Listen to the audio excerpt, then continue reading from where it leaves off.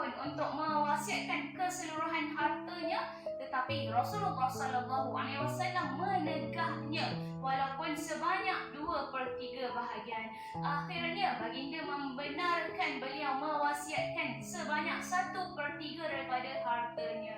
Baginda bersabda, sesungguhnya engkau tinggalkan ahli waris engkau itu kaya lebih baik daripada engkau tinggalkan mereka dalam kemiskinan, iaitu meminta-minta.